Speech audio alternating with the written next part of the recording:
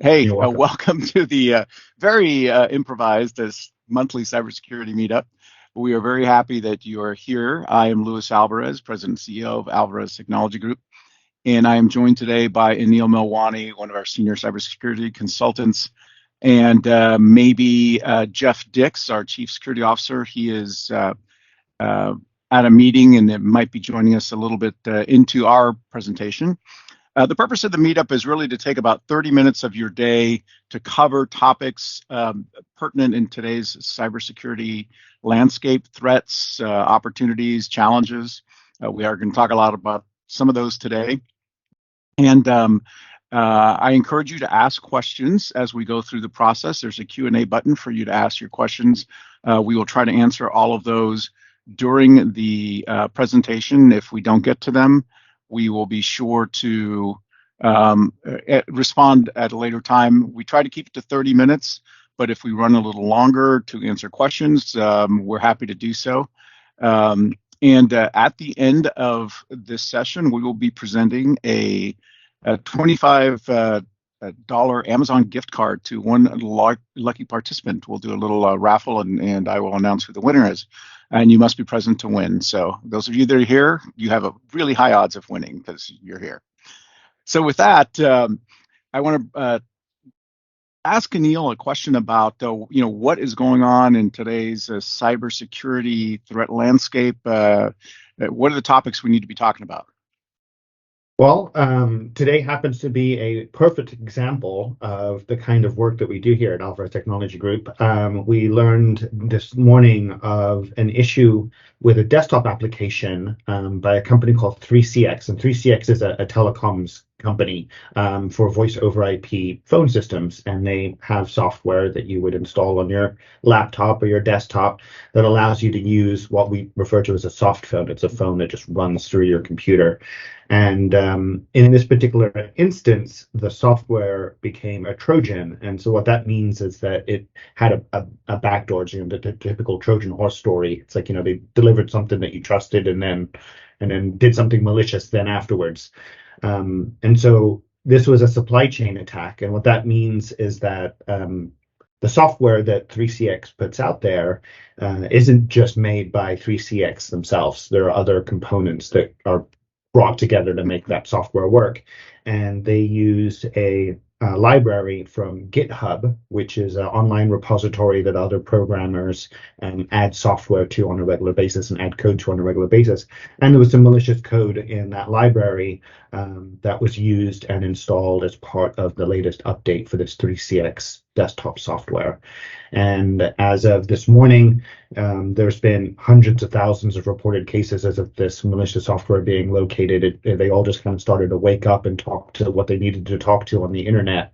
And that's the kind of thing we see a lot in the cybersecurity world, is that the software that you're trusting and using is sitting there doing what you expect it to do until that payload activates and they start talking out to the servers and the websites that they can get their information to do the bad business with. So fortunately, a lot of endpoint detection and response and antivirus software picked up on it and stopped it. And we at Alvarez Technology Group unfortunately had a couple of clients that did have the software installed, and we mitigated it using a specific piece of software called Threat Locker, that is application whitelisting and also ring fencing for the internet. It can protect an application from talking to those bad websites on the internet. So we all came together as a team and we found a problem. We looked for the indicators of compromise and we got it locked down. And that's the cybersecurity world that we live in today, is these threats will pop up on a very regular basis. And we need to have the tools and the people in place to be able to prevent them from doing any damage. Yeah, I know that we got a lot of alerts coming into into the office this morning. In particular, the Cybersecurity and Infrastructure Security Agency, CISA, is the federal agency that's really tasked with keeping on top of all of these threats that are out there. And they issued an emergency alert warning of folks of this threat. There's some suspicion that it could be Korean national state actors, but there's no confirmation at this point. But it just goes to show how, we've evolved over the last few years from a community that was not very linked together. So these things with these threats would pop up, and in some cases it would take weeks for it to propagate throughout, the community, and by then the damage has been done. And now these threats pop up, and they're immediately communicated via multiple channels. And one of the reasons that we work with the security vendors that we work with is because we find that they are right on top of these threats, and they're Okay. warning us that, hey, that you might, some of your clients might be potentially affected by this. Here's what you need to do to mitigate it. And we were able to create mitigations and get block a lot of the URLs, the links that the soft phone or the desktop app was going to malicious sites pretty quickly this morning. So great response from our cyber team, and I commend them, and Anil and his leadership in making it happen. But that's a day in the life of ATG, I think, Yeah, when it comes to these things. exactly. Um, so let's talk a little bit about Chat GPT. It's been all over the place. I can't believe it seems like it's been around forever, but it really only popped up back in December. Was when it really started to get some traction. OpenAI, which is the company that built Chat GPT, funded by all sorts of different people. Elon Musk has a stake in it, but really they took off when Microsoft partnered with them, and now we're starting to see a lot of Chat GPT features and functionality being incorporated into all sorts of Microsoft applications, starting with Bing, which is their search website. But you're going to start soon seeing it on your desktop apps. If you are a subscriber to Microsoft 365, you'll see something called Copilot, Yeah. which is a version of ChatGPT that's going to help you with uh, things like Word and Excel, even Outlook. And so, Anil, what are your thoughts on ChatGPT and the opportunities and challenges that it presents? Yeah, just like anything, there's pros and cons to all of these things. Obviously, the first thing, if you're a Terminator fan, is you're going to start thinking of Skynet. This is artificial intelligence that's out there and is gonna bring us down. And while we created it, so maybe we deserve it. But ChatGPT is a very powerful tool. If you can use it for anything as simple as write me a poem for my loved one for Valentine's Day, and it'll write you a poem for your loved one for Valentine's Day. But at the same time, there's a lot of the threat actors out there that are using it to, please write me some Python code that will infiltrate the soft phone desktop app so that I can get it to talk to my URL at this given date and time, and it will create you the code that you need to embed in something malicious. But also, going back to Copilot that you were talking about, that Microsoft is starting to work with there. I've been reading a lot about their security Copilot, Hmm. which I think is going to be a real game changer while cybersecurity is concerned, because alerts like what we saw today is sorry, I lost my chain of thought because an email came in. I should close my Outlook. Instances like today where there's a threat that happens and it happens very quickly, and we're relying on feeds that come from a lot of the tools that we use to give us the information that we're looking for. Something like Security Copilot could alert us a lot faster because it doesn't sleep. It doesn't need time to digest the information. It's constantly bringing that information together and analyzing it in real time and delivering you exactly what you need.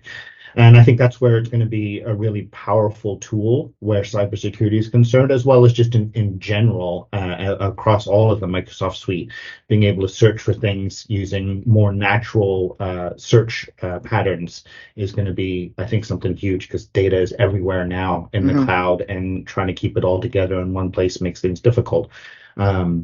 So I see the pros and I see the cons of OpenAI and of Chat GPT. I'm going to keep my jury out for the time being until I see more of it. But the cybersecurity part of it, I'm extremely interested in and trying to read a lot about. Yeah, one of the things that I've heard concerns about is, we've all gotten used to phishing emails, right? They come to us every day. Yeah. And one of the telltale signs, we use the SLAM method to identify malicious emails. Hey, is the subject line, does this make sense? Is the email coming from somebody that you know? But also the biggest indicator to me is the message, right? Like Right. what it says. And we've learned that guys who write phishing messages are really They're- good with grammar, The right? grammar's not their strong suit. So it's easy to, see when you get an email that says, "Hey, this is Luis Alvarez. Please send financial information to me tomorrow. Thank you." It's not the way I talk. It's not the way that anybody who receives an email from me expects me to talk. So it becomes immediately something suspicious, and then you start digging into it and discover that it really is a phishing email. But with ChatGPT, you can go out and instruct it. Let's say you're a threat actor, a malicious, somebody that's trying to develop a phishing email that can penetrate, somebody's spidey senses, and you can go out and you say, "Hey, find everything that you can on Luis Alvarez from Alvarez Technology Group, everything he's ever written, any interviews he's given, and write a letter to his CEO or to his controller asking for the latest financials in his language, in the way that he talks." And it's surprisingly scary what it comes up with because Yeah. it sounds a lot like me. Now, Mhm. don't you all go out there and start doing that and sending me examples, but the reality is that that's why I think one of the things that scares people the most is that ChatGPT could be used to craft messages that can bypass some of the phishing training that we've been giving people. So I think going forward, a lot of the training that we provide through our training partners will incorporate that into it somehow to like, okay, now that we have this Chat GPT capability out there, here's what to look for, and here's how you make sure that it's really coming from the person that you think it's coming from, and not just a threat actor that's out there. What do you think about that? Yeah, that's a really good point. The term deep fake has been used for some time now, and this is a classic example of that, where the level of impersonation that the OpenAI can bring is huge. I was even seeing an article recently. I want to say it was on CNET or Bleeping Computer, one of those, where just by a few spoken keywords, artificial intelligence can learn the way that you speak and can imitate your voice exactly as if it were you. And the same kind of thing occurs. You have YouTube channels. You've been on the radio. You have your regular radio show that you do. So the way that you speak, your Candace when you're talking is out there. And the bad guys could essentially take that and then have a phone call come in to me and say, "Hey, Anil, it's Luis Alvarez. We've decided we don't want to use antivirus software anymore. Go ahead and take that off of all of our clients right now." And I'm okay, Lewis, sure. And off we go and get the team together and like, okay, this is our new direction. So things like that. Again, I use the term deepfake because that's the terminology that's out there on the internet for impersonating, threat actors impersonating to get what they want. I think that's going to be something that really needs to be looked at, and then emphasizes the importance of end user training a lot, because that does definitely it can circumvent the message part of the SLAM. So for SLAM, for those of you that aren't familiar with the term, it's an acronym for sender, links, attachments, and message. So when you get an email that you think might be a phishing email, look at the sender, see if it's actually who it came from. If it says that it's from Luis Alvarez, but it's really coming from a Gmail, that's not Luis Alvarez. Look at the links, hover over a link in the email before you click on anything and see if the URL that it's pointing to is actually what it says it's supposed to be. Check for any attachments. Don't open up an attachment that you're not expecting, especially if it's a zip file or a spreadsheet that could have a macro in it or something like that. And then, like you're talking about the message part, if Lewis always sends me an email and starts it with "good morning," and then I were to get an email from Lewis that doesn't have the "good morning" in it, I know that it's not him because I know how he speaks in the email. But the deep fakes could certainly start, sending me emails that say "good morning" in them, but they're not going to meet all of the other criteria: the sender, the link, and the attachment. part of it. So the training and making sure that the end users are looking at all four of those is critical to preventing cyber attacks that come through email. Yeah, I just read a couple days ago that Elon Musk, our friend who actually funded, like I said earlier, OpenAI, he was one of the early investors, has requested, along with a bunch of other folks, including um, Steve Wozniak, I think, is one of the signers of the Hmm. letter, and a couple of others. Basically, they've requested that all of this AI development kind of take a pause for 6 months until the rest of us can catch up to it, because it seems like, it's very iterative. And so you have, ChatGPT, the original, then 3 came out, then 4, and now they're talking about 5 coming out in the next month. And each one of them is not just incrementally better, but exponentially better in their ability to digest information. And what these generative AIs do is that they go out and they scour the internet in real time, all the time, and build databases of information and learn based on their mistakes. So if you ask it a question, and I played with the Chat GPT engine on Bing quite a bit, and you ask it a question and the response is not what you were expecting or is off, you can actually tell it, no, you're wrong. And it's going to learn from that. And that's really the interaction between the user and the AI engine in the background to learn, to get it to become smarter. So it's not just a search engine where you put in a criteria like, tell me what's the best restaurant to eat at when I go to Maui. It's going to respond in a very conversational way and say, well, based on everything that I can see, the best restaurants from TripAdvisor are this, from OpenTable are this. And according to this article that I found from, this newspaper in Hawaii, this particular one is an up and coming uh, um, restaurant that you should check out.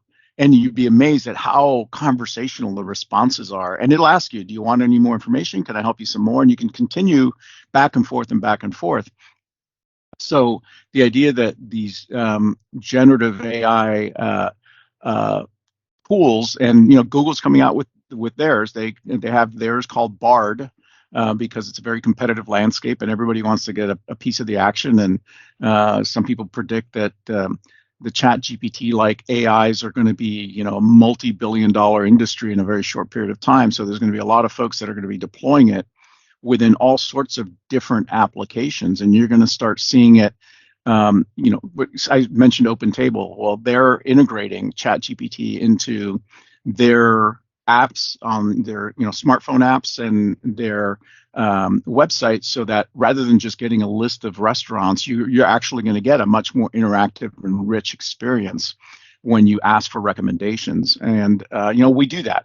70% of us, before we ever even step foot in a restaurant, have done some research online to figure out, is it the best place? We're always looking for that, 4.5 or higher rating when we go to a restaurant. If we do a search and it's less than a certain, whatever stars we choose is our baseline, we won't go there. And I think the Chat GPT integration with some of these tools is really going to change the way that we work together, and the way that we use these applications.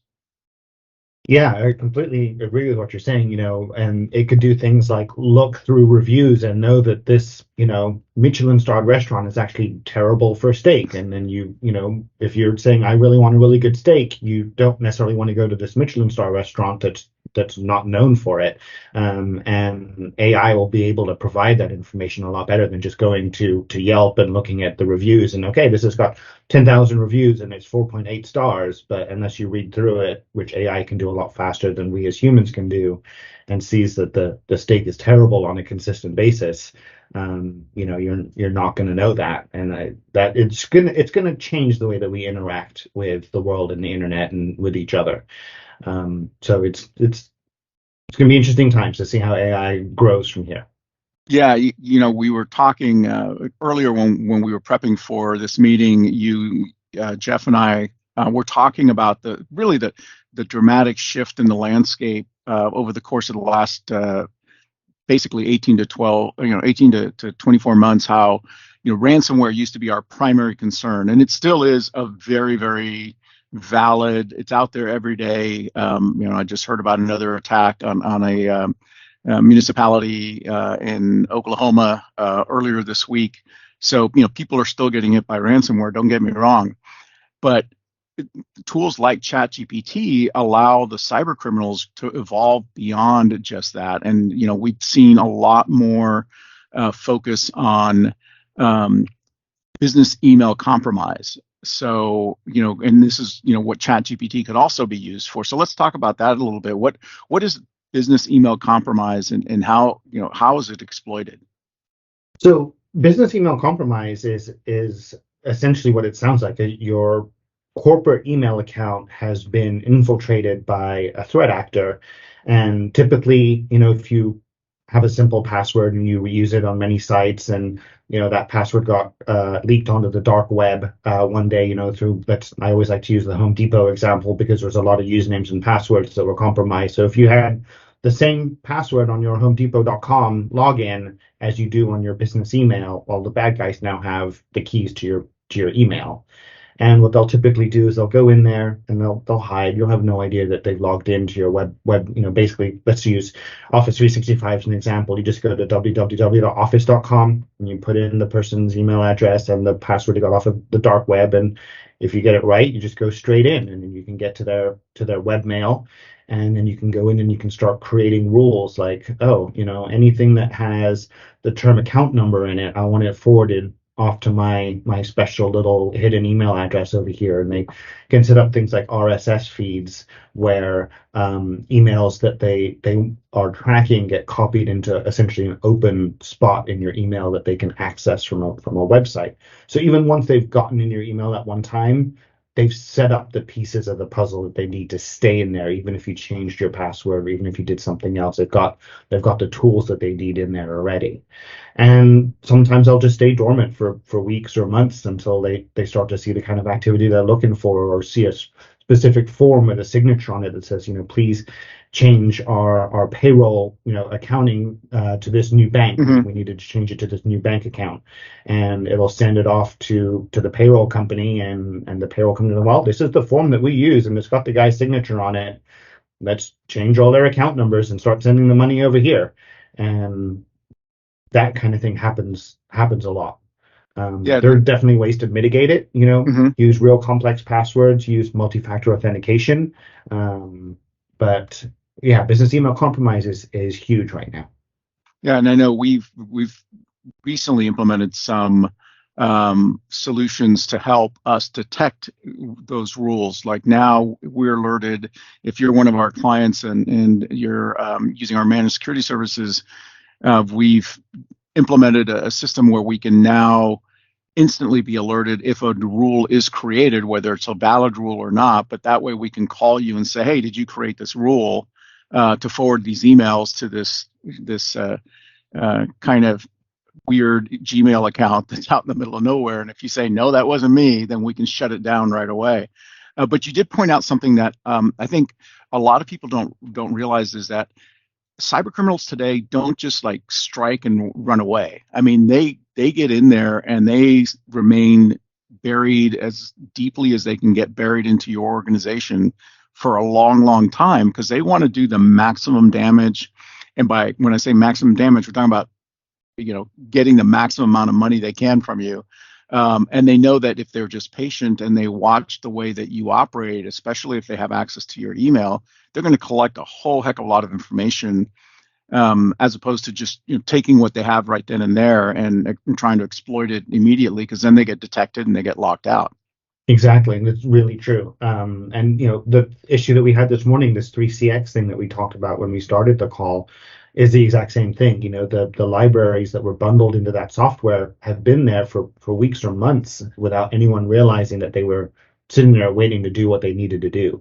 So the threat actors are very, very patient, and they will sit around and wait until, like you say, they can maximize the damage that they're going to do, whether that be operationally to your business or financially.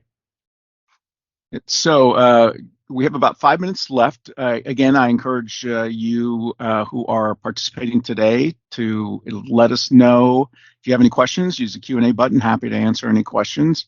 Um, but in the meantime, what other things are out there on the horizon? Last 5 minutes that we can tell people to watch out for. Well, like you're saying, ransomware is kind of on the way down. Business email compromise seems to be on the way up, and using software has changed because it used to be that you could just go to a website and downloaded what you want and just installed it and continued. And I think more than anything, people just need to be a little bit more cautious about the way that they do anything online because the threat landscape is large at this current time. And the threat actors have figured out lots of different ways to exploit it. And so I think it's just important for people to be diligent and we can use this in all of our world. Just slow down a little bit, Mhm. and be more mindful of what it is that you're doing, both online and just in general, I think.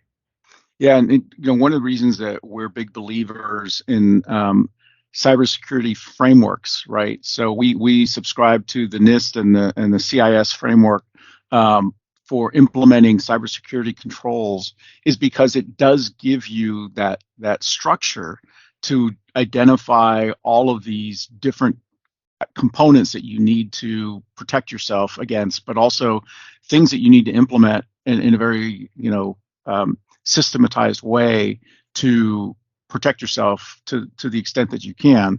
If you don't have a framework in place, if you're one of our clients and that we have a framework that we're using to protect you and we're checking all the boxes. But it's a very complicated environment that's constantly changing. The CIS just recently got updated. I know that the NIST is about to get updated as well. So it just shows that the threats continue to evolve, and the landscape continues to evolve. And next week we'll be talking about, or next month rather, we'll be talking about something completely different that didn't exist today. If Exactly. it existed even the day before that meeting, Hmm. like this compromise that popped up today. So I don't see any questions, but any final thoughts as we wrap up here? Just just I think I want to reiterate the SLAM method. I'm a firm believer in using that to check your email because email is the way that people, the threat actors, try to get in as quickly as they can. By making you click on a link that you didn't want to, opening an attachment that you shouldn't have. Even going down to Target and buying some gift cards and taking pictures of it and sending it to the bad guys. Use the SLAM method. Check the sender, check your links, check the attachments, and look at the message and make sure that it's the kind of message that you're expecting. Check the grammar, check the just general demeanor of the email. If it's from the person that you know very well and they're speaking very differently, then it's chances are high that it's not from them. Yeah, for me, I want to reiterate that we are here to help you with any concerns that you have, whether you're an existing client or somebody that's just attending this meetup for the first time and you have questions or you want to follow up. Feel free to reach out to us. We're happy to help and with whatever questions you might have or whatever concerns you might have. That's what we're here to do, and you'll either talk to Anil or one of the other guys on the team, and happy to help in any way. So with that, I will announce what everybody was waiting for because I did my little randomizer earlier while Anil was talking. And the winner of our $25 Amazon gift card is Craig Kurtz. So congratulations, Craig. We will be Congrats, reaching Craig. out and sending that to you. This meetup will be recorded and will be posted on our YouTube page as soon as next week. Also, we will be sending out links to it to all the people that registered. So if you want to share that link with somebody that you think might benefit from the information that we presented today, please feel free to do so. If you have questions, send them our way. If you have suggestions for future topics, send them our way. We want to make this as interactive as possible, and we appreciate your time. And have a great day. Talk to you Have a later. great day, everyone. Take care. Bye bye.